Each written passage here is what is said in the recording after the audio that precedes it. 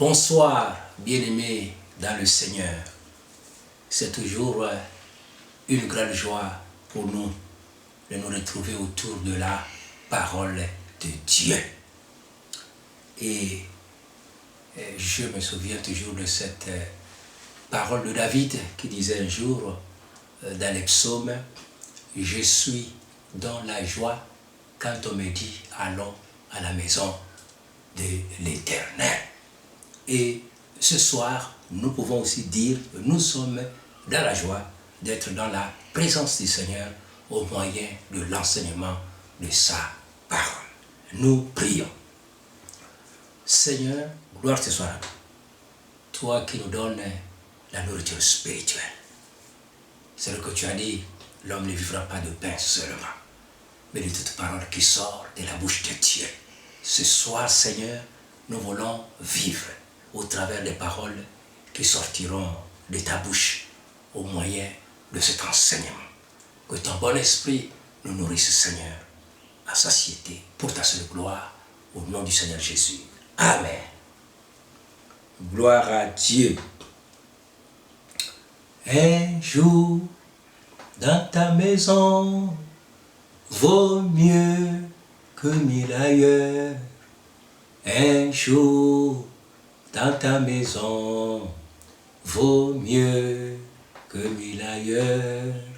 Je suis dans la joie quand on me dit, allons à la maison de l'Éternel, alléluia. Je suis dans la joie quand on me dit, allons à la maison de l'Éternel.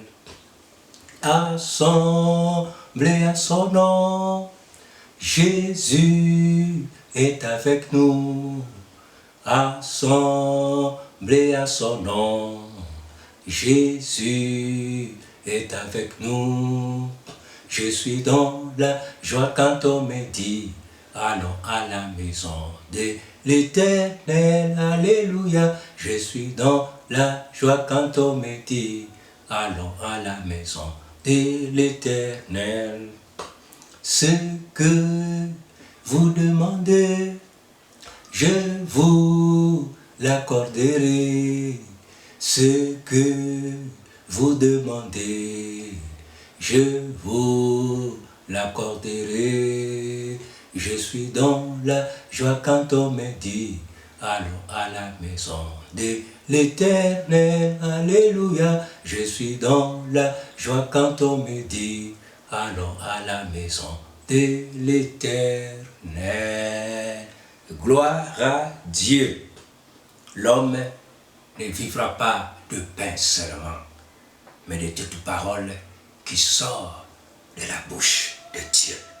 Merci Seigneur pour la parole de ce soir. Notre thème, c'est la puissance de la foi. Et le sous-thème que nous abordons ce soir s'intitule « Les conditions à remplir pour que notre foi triomphe de l'adversité ». Donc, aujourd'hui, quelques conditions. Parce que nous n'avons pas, comme les jeunes disent, la science infuse.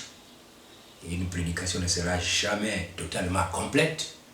Les autres prédicateurs inspirés par Dieu pourront toujours compléter et beaucoup de choses à dire là-dessus.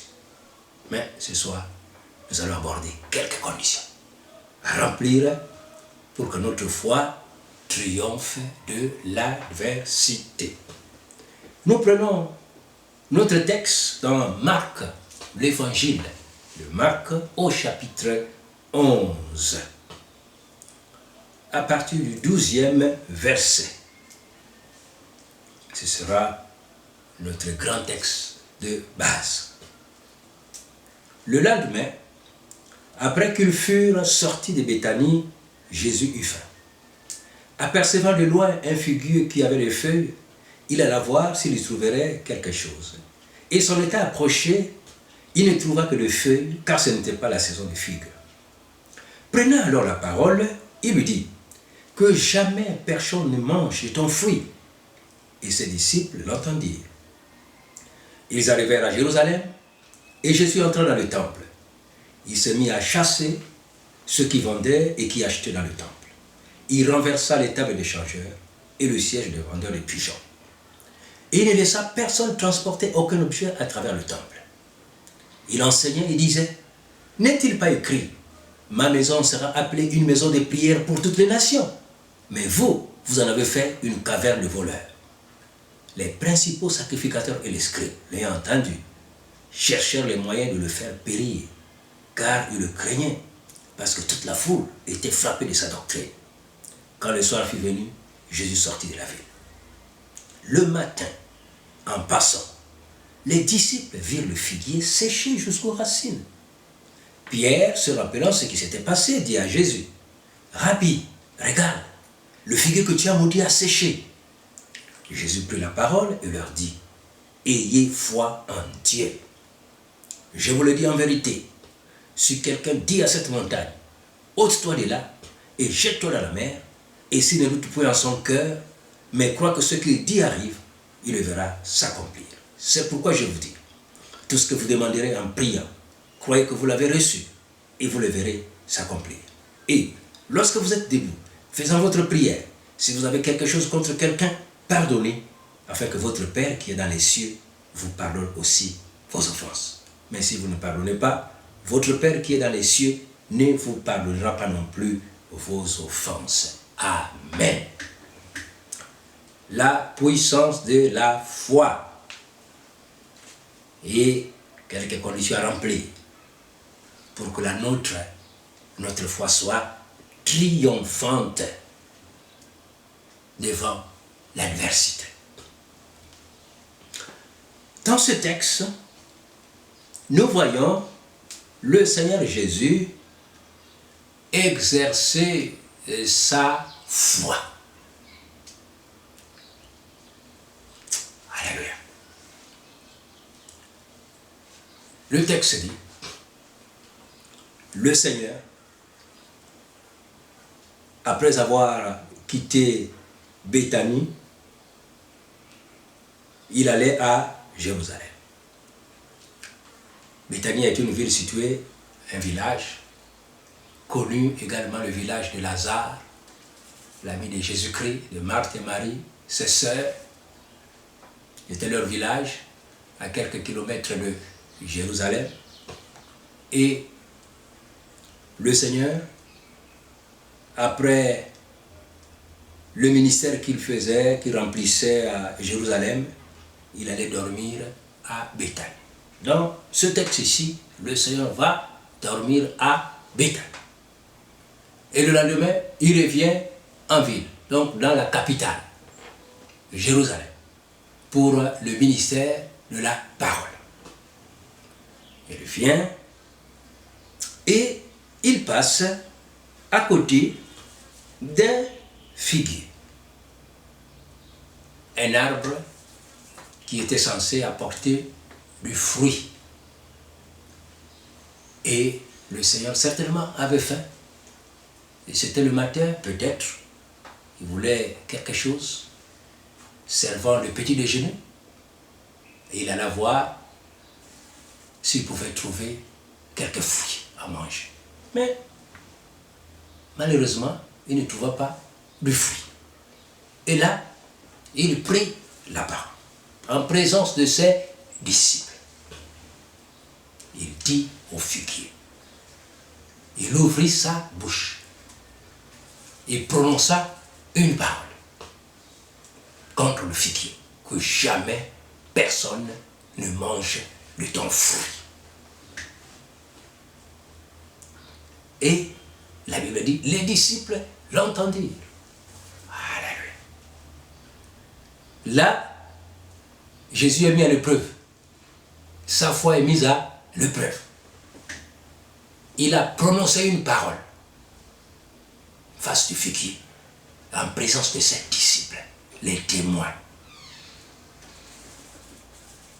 Ils ont tous entendu les paroles prononcées par Jésus. Et ils conduisirent leur chemin jusqu'à Jérusalem, jusque dans le temple. Arrivé, qu'est-ce que Jésus trouve? Une scène de tristesse. Il y avait un grand bruit. On aurait cru que c'était le grand bruit de la Pentecôte, où les gens étaient en train de prier, ou d'adorer le Seigneur, ou de proclamer sa parole. Mais malheureusement, là, c'était le bruit des commerçants qui avaient transformé la maison de Dieu en une maison de commerce. Jésus, rempli de zèle pour la maison de son Père, prit un fouet et chassa tous les vendeurs de pigeons et autres de la maison de Dieu en disant, il est écrit dans le livre de la parole de Dieu, ma maison sera appelée une maison de prière pour toutes les nations, et pas une maison de commerce. Vous en avez fait une maison de commerce.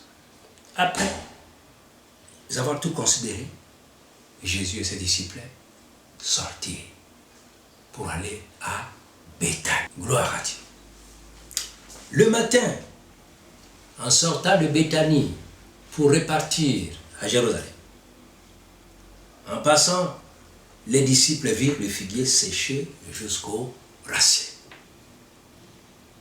La parole de Jésus a fait son effet. Les disciples étaient curieux. Vous voyez, ils revenaient de Béthanie pour aller repartir sur Jérusalem. C'était le trajet du Seigneur Jésus. Et quand ils sont arrivés sur les lieux, ils étaient tous curieux pour constater si les paroles prononcées par Jésus contre ce figuier allaient produire son effet. Tous, ils virent que le figuier avait séché. Et Pierre prit la parole et dit à Jésus, Seigneur, le figuier que tu as mordu a séché. Le Seigneur Jésus leur dit, ayez foi en Dieu. Mettez votre foi en Dieu. Croyez en Dieu. Gloire à Dieu. Nous sommes là, chers frères, en train de regarder les conditions à remplir pour que notre foi triomphe de l'adversité. Jésus commence à dévoiler les secrets. Des éléments qu'il faut considérer pour que sa foi soit performante, efficace face à l'adversité. Première chose, Jésus dit, ayez foi en Dieu, ayez confiance en Dieu, ayez confiance en ses paroles. Ayez confiance à ses instructions. Ayez confiance en son œuvre. Alléluia. Alléluia. Ayez confiance au Tout-Puissant. Et là, la question qui nous vient à l'esprit, c'est qui est finalement Dieu? Qui est Dieu? Qui est Dieu? Qui est Dieu? Parce que Jésus dit, ayez foi en Dieu. Qui est Dieu? Alléluia. Pharaon avait dit à Moïse et à Aaron, il dit, mais qui est l'Éternel pour que j'obéisse à ses ordres? Est-ce que l'Éternel avait donné l'ordre à Pharaon de laisser partir son peuple d'Égypte pour les projets que Dieu avait en réserve pour eux? Pharaon dit, qui est l'Éternel pour que je m'en sois à obéir à ses injonctions, à ses instructions, à ses ordres? Qui est-il? Pharaon ne connaissait pas encore le grand Dieu de l'univers. Jésus dit, ayez foi en lui. Le Père de notre Seigneur Jésus, le Créateur du ciel et de la terre, le Dieu Tout-Puissant. Il est le Tout-Puissant. La Bible dit qu'il est Tout-Puissant, le Tout-Puissant. Il est omnipotent, le Tout-Puissant. Il est omniscient. Il connaît toutes choses, passé, présent et à venir, à l'instant T. Il connaît toutes choses. Il est omniprésent. Il est présent partout. Il n'y a pas un endroit qui échappe à la présence et au contrôle de Dieu. La Bible dit qu'il est immanent et transcendant. Immanent, il peut faire en sorte qu'il soit à côté, très proche de son peuple, et même dans son cœur. En même temps, il est transcendant, souverainement élevé au-dessus des cieux. Les cieux et les cieux ne peuvent pas même les contenir. Donc Jésus dit, ayez foi en Dieu, le Tout-Puissant, le Créateur, le Rédempteur, celui qui a créé l'univers par la puissance de sa parole. Ayez foi en lui. Je vous le dis en vérité, si quelqu'un dit à une montagne qui est devant, une montagne qui s'approche, une montagne qui empêche l'œuvre de Dieu de s'accomplir, si quelqu'un dit à cette montagne de se déplacer, et s'il ne doute point, vous voyez, s'il ne doute point en son cœur, mais croit que ce qu'il dit arrive, il le verra s'accomplir. C'est pourquoi je vous dis, tout ce que vous demanderez en priant, croyez que vous l'avez reçu et vous le verrez s'accomplir. Jésus donne les clés, quelques conditions à ses disciples. Il dit, oui, croyez en Dieu. Il leur dit de croire en Dieu. Ensuite, il leur dit de ne pas douter. Donc, nous prendrons, n'est-ce pas, comme un élément fondamental pour que notre foi soit performante face à l'adversité. Nous devons croire à la fidélité de Dieu et du Seigneur Jésus. Croire à la fidélité de celui qui fait les promesses. Croire que Dieu est fidèle. Il tiendra à ses engagements, il tiendra à ses paroles. Dans Hébreux, chapitre 6, nous pouvons lire quelques versets. Hébreux, chapitre 6, à partir du verset 13. Lorsque Dieu fit la promesse à Abraham, ne pouvant jurer par un plus grand que lui, il jura par lui-même et dit, certainement, je te bénirai et je multiplierai ta postérité. Et c'est ainsi qu'Abraham, ayant persévéré, obtint le fait de la promesse. Or, les hommes jurent par celui qui est plus grand qu'eux, et le serment est une garantie qui met fin à tous leurs différends. C'est pourquoi Dieu, voulant montrer avec plus d'évidence aux héritiers de la promesse l'immuabilité de sa résolution, intervint par un serment, afin que par deux choses immuables, dans lesquelles il est impossible que Dieu mente, nous trouvions un puissant encouragement, nous dont le seul refuge a été de saisir l'espérance qui nous était proposée. Cette espérance, nous la possédons comme un ancre de l'âme, sûre et solide. Elle pénètre au-delà du voile, là où Jésus est entré pour nous, comme précurseur, ayant été fait souverain, sacrificateur pour toujours, selon l'ordre de Melchizedek. Amen. Première condition, croire à la fidélité de Dieu. Ce passage nous dit qu'il est impossible que Dieu mente. Quand Dieu fait une promesse, Dieu va jusqu'au bout, parce que le mensonge ne peut jamais sortir de la bouche de Dieu. Et il a fait la promesse à Abraham, et non seulement il a fait la promesse, il a ajouté aussi le serment. Dieu a ajouté le serment, afin que par deux choses immuables, dans lesquelles il est impossible que Dieu mente, nous trouvions un puissant encouragement. Lorsque Dieu jure à quelqu'un, les promesses deviennent irrévocables. Et donc, la première chose, promesse de Dieu irrévocable par le serment. Deuxième chose, la parole elle-même de Dieu, qui est sainte, pure, ne peut pas mentir. Donc, deux choses immuables. La parole infaillible et le serment de Dieu. Tout ceci pour rassurer le peuple de Dieu, les enfants d'Abraham. Non seulement Abraham, mais Abraham et sa descendance. Et nous sommes la descendance d'Abraham en Christ Jésus. La Bible dit, tous ceux qui ont foi en Jésus-Christ sont appelés fils d'Abraham. Et donc, nous entrons dans les promesses spirituelles faites à Abraham, nous les héritons. Gloire. Nous devons croire à la fidélité de Dieu et du Seigneur Jésus. Parce qu'il ne peut mentir. Sa promesse est véritable et absolue. Elle est digne de confiance. Gloire. Deuxième condition. Nous devons croire à notre autorité spirituelle.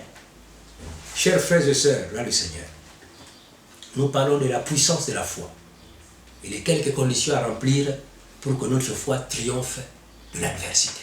Première condition, croire à la fidélité de Dieu et de son Fils Jésus-Christ. Dieu ne peut pas mentir. Lorsqu'il fait une promesse, il la tient. Il va jusqu'au bout. Deuxième condition, nous devons croire à notre autorité spirituelle. Alléluia. Alléluia.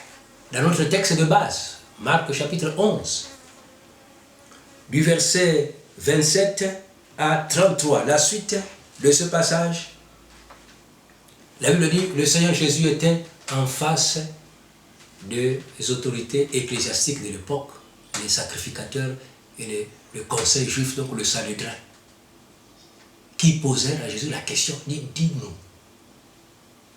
tu fais ces choses-là, qui t'a donné l'autorité de le faire? Qui t'a instruit de faire ces choses? Qui t'a ordonné d'accomplir ces choses? Tu prêches la parole dans le temple, tu ne crains personne, tu dis la vérité, tu ne crains personne, tu opères des miracles et des prodiges, tu ne crains personne, mais qui t'a donné l'autorité de le faire? L'autorité. L'autorité. Non. Nous devons croire à notre autorité spirituelle. Qui nous donne l'autorité? Qui a donné l'autorité à Jésus? C'est Dieu le Père qui lui a donné. Dieu le Père a donné de l'autorité à Jésus. Et qui nous donne l'autorité? C'est le Seigneur Jésus qui nous donne également cette autorité déléguée. Gloire à Dieu. Qui nous donne l'autorité? C'est le Seigneur Jésus. La Bible dit, par la bouche de Jésus, dans Luc chapitre 10, le verset 19, par exemple, Jésus dit, voici, je vous ai donné l'autorité de marcher sur les serpents, les scorpions et sur toute la puissance de l'ennemi, et rien ne pourra vous nuire. Cependant, ne vous réjouissez pas de ce que les démons vous sont soumis, mais réjouissez-vous de ce que vos noms sont inscrits dans les cieux. Qui nous donne l'autorité spirituelle? Jésus. Marc chapitre 16, verset 17 à 18. Jésus dit, voici les miracles, les signes qui accompagneront ceux qui auront cru en lui, en l'évangile, à la bonne nouvelle de Jésus-Christ qui sauve l'humanité par son sacrifice sanglant sur la croix du calvaire. Ceux qui croient en sa mort et en sa résurrection pour la rémission de leurs péchés. Voici les signes, les miracles qui accompagneront ceux qui auront cru. À mon nom, au nom du Seigneur Jésus, à mon nom, au nom du Seigneur Jésus, ils chasseront les démons.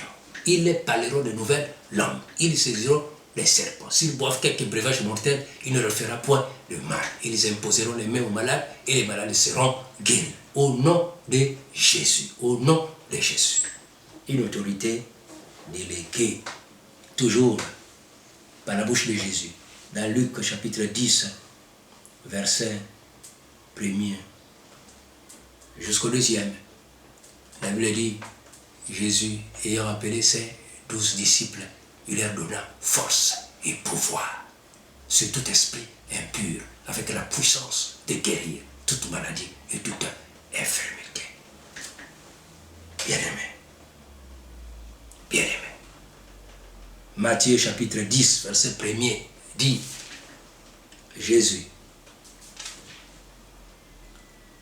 toujours parlant de ses 12 disciples, après avoir vu que les brebis, le peuple de Dieu, ils étaient comme les brebis languissantes qui n'avaient point de berger. Jésus dit, priez le maître de la moisson, afin d'envoyer les ouvriers dans sa moisson. Et après, il appela ses 12 disciples. Il les équipa de puissance et d'autorité pour prêcher l'évangile et guérir les malades, purifier les lépreux, chasser les démons, ressusciter les morts. vous avez reçu gratuitement, donné gratuitement. Donc, nous devons croire à notre autorité spirituelle. Elle nous a été donnée par le Seigneur. Elle s'exerce contre le diable et son empire. Elle s'exerce contre tout obstacle à la volonté de Dieu dans nos vies, chers frères et sœurs. Nous devons croire. Vous voyez, on a posé la question à Jésus, mais tu fais ces choses-là, qui t'a donné l'autorité de le faire? C'est le Père. Jésus dit que je ne fais rien de moi-même. Mais tout ce que le Père fait, le Fils aussi le fait pareil. Je ne fais que les choses que le Père m'a donné de faire. Je ne dis que les choses que le Père m'a donné de dire. Donc il tenait son autorité du Père.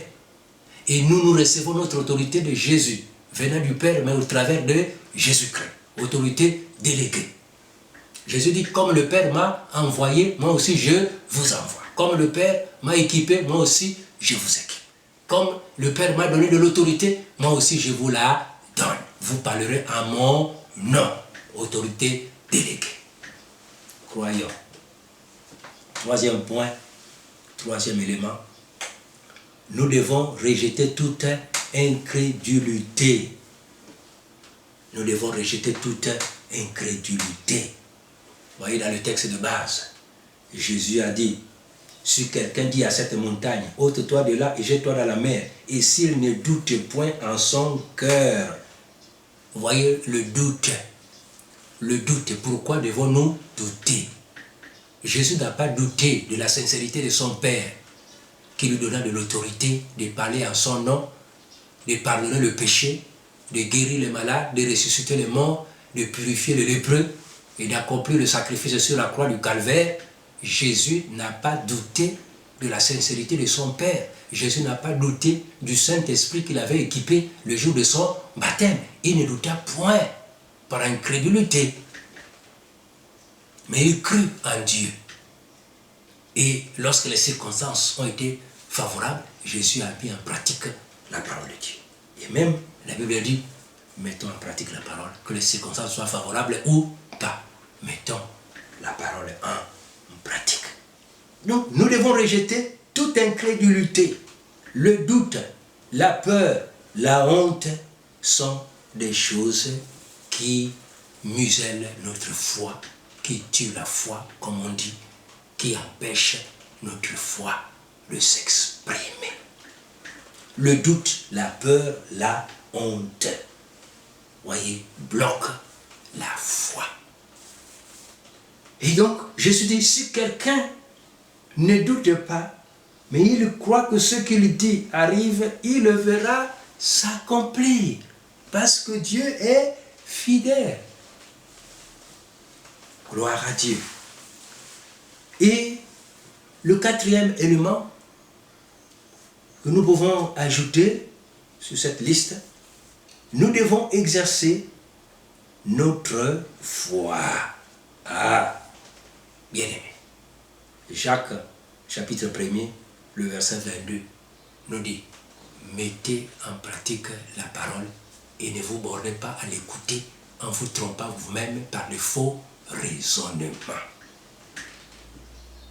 Oui, Jésus a mis la parole de Dieu en pratique.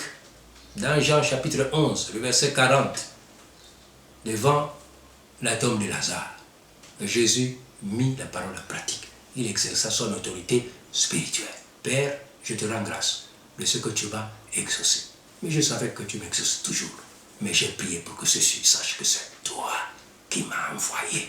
C'est toi qui m'as équipé. C'est toi qui m'as autorisé. Oui, c'est toi qui m'as donné l'autorité de faire ces choses. Alors, oui, Lazare sort. Et le mort sortit. Jésus a mis la parole de Dieu en pratique, ayant confiance au Père qui lui avait envoyé et équipé. Nous devons donc exercer notre foi. La théorie sans la pratique ne mène nulle part. Seul celui qui agit selon le conseil de Dieu verra sa gloire. Et les montagnes se déplaceront. Oh, gloire à Dieu. Gloire à Dieu. La théorie, sans la pratique, ne mène nulle part. Là, ce soir, nous sommes en train de parler de la théorie. Dieu nous donne la théorie, la connaissance de la parole de Dieu pour guider notre action, pour guider notre service. Dieu nous équipe de la théorie, de la connaissance. Mais la théorie sans la pratique ne mène nulle part. C'est ce que Jacques dit. Ne nous trompons pas. En nous bornant seulement à écouter enseignement sur enseignement. Mais lorsque les circonstances se présentent devant nous, nous n'arrivons pas à mettre la parole de Dieu en pratique. Et nous tremblons, nous craignons et finalement on échoue parce qu'on n'a pas osé mettre la parole de Dieu en pratique.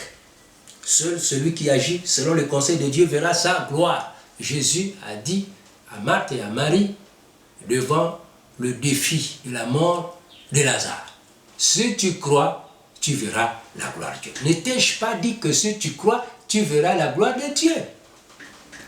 Et l'Église du Seigneur chante même les cantiques ayant ces paroles. Je te dis que si tu crois, tu verras sa gloire. Alléluia, il est le même aujourd'hui. Je te dis que si tu crois, tu verras la gloire de Dieu. Tu verras la gloire de Dieu. Tu verras la gloire de Dieu. Je te dis que si tu crois, tu verras la gloire de Dieu. Seul celui qui agit selon le conseil de Dieu verra sa gloire. Les montagnes se déplaceront. Cette montagne se déplacera. Cette montagne se déplacera. Cette montagne se déplacera par mon esprit, dit le Seigneur. Oui, gloire à Dieu. Gloire à Dieu. Ce n'est ni par la force, ni par l'intelligence, mais c'est par mon esprit, dit le Seigneur. L'autorité spirituelle. Croire à notre autorité spirituelle, rejeter l'incrédulité, exercer notre foi, croire en la fidélité de Dieu qui a fait la promesse. Gloire à notre Dieu. Gloire à notre Dieu. Nous allons conclure notre message. Nous récapitulons notre enseignement de ce soir, les quelques conditions à remplir pour que notre foi triomphe de l'adversité. Premièrement, nous devons croire en la fidélité de Dieu et du Seigneur Jésus. La fidélité de celui qui fait la promesse, de celui qui donne la parole, de celui qui nous ordonne à agir. Nous devons croire en Dieu et en sa parole. Jésus a dit aux disciples, croyez en Dieu. Croyez en ses paroles. Parce que Dieu est saint, il ne peut pas mentir. Dieu est tout puissant, il a les moyens de sa politique, d'accomplir ses désirs. Il est digne de confiance. Nous devons croire à notre autorité spirituelle. Tu es le représentant du Seigneur sur la terre, peuple de Dieu. Tu représentes Dieu sur la terre. Tu es l'objet de son affection. C'est toi qui veilles aux intérêts de Dieu sur cette terre, dans ta propre vie et dans la maison de Dieu. Alors, Dieu te donne l'autorité spirituelle de parler et d'agir en son nom pour avancer son royaume dans ta propre vie, dans ta maison, dans ta nation, dans ta génération. Alors, accepte et reconnais que tu as reçu de l'autorité spirituelle pour agir au nom du Seigneur Jésus. Qui nous donne cette autorité?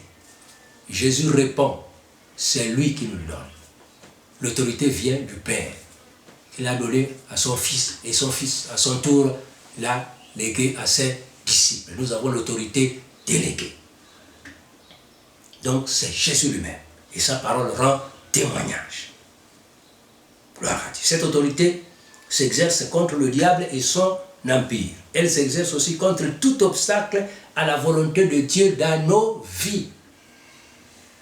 Donc l'autorité nous est donnée pour agir, pour déplacer tout obstacle, toutes les montagnes qui s'opposeraient à la volonté de Dieu dans nos vies, dans l'église du Seigneur, dans notre génération. L'autorité spirituelle nous est accordée pour agir et faire avancer le royaume de Dieu. Nous devons rejeter toute incrédulité, le doute. Jésus a dit, si tu doutes, tu ne verras pas la gloire de Dieu. Tu ne verras pas la puissance de Dieu accompagner l'exercice de l'autorité spirituelle dans ta vie. Il ne faut pas douter, il ne faut pas avoir peur. Vous voyez, lorsqu'on voit la montagne, on a peur. On se dit, ouf, cette montagne-là, est-ce que c'est moi qui peux la déplacer? Ce n'est pas toi qui déplaces la montagne. Toi, tu donnes les ordres, n'est-ce pas, d'une autorité spirituelle. L'autorité donne des ordres. Oui, il y a les anges de Dieu qui sont à l'œuvre, oui, dans le secret, dans le monde invisible, pour déplacer ces montagnes au nom du Seigneur Jésus. Donc ce n'est pas toi, physiquement, qui va déplacer une montagne. Non. Dieu s'en chargera. Mais donne des ordres en rapport avec ton autorité spirituelle et les projets de Dieu dans ta vie. La honte tue, détruit la foi. Il ne faut pas avoir honte. Jésus a dit qu'on n'ait pas honte de lui, en public comme en privé. Soyons fiers, dignes de notre identité en Christ, de notre position de représentant de Jésus sur cette terre. Nous devons exercer notre foi.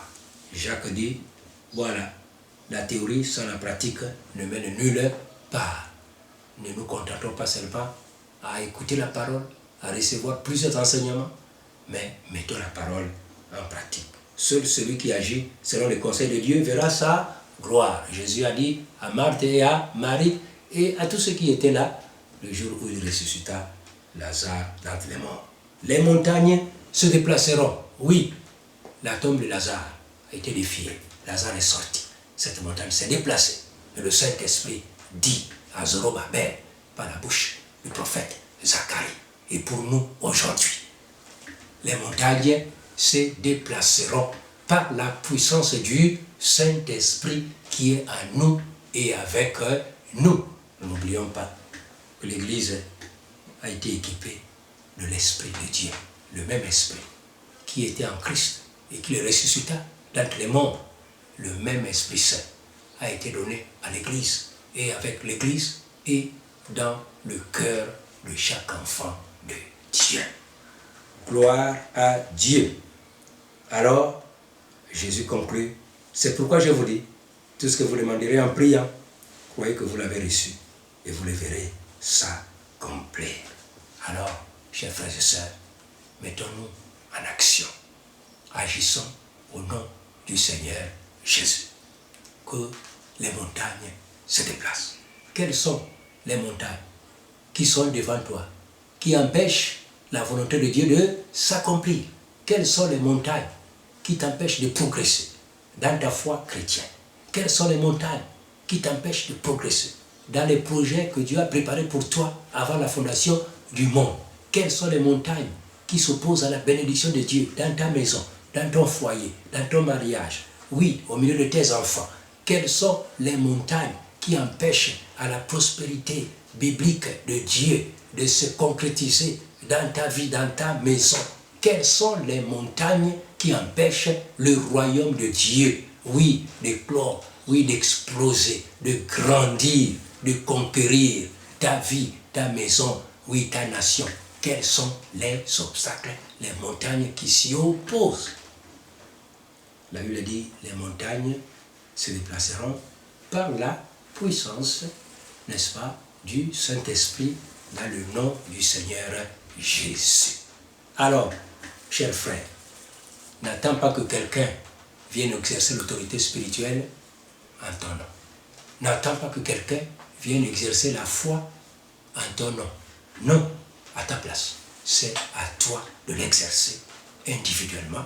Et bien sûr, quand l'Église se retrouve ensemble pour prier, elle exerce l'autorité collective. Mais chacun de nous, là où nous sommes une autorité spirituelle. Oui, nous avons individuellement le droit d'utiliser le nom de Jésus-Christ, le droit d'exercer notre foi dans la puissance du Saint-Esprit pour voir le royaume de Dieu se développer, s'épanouir. Nous prions.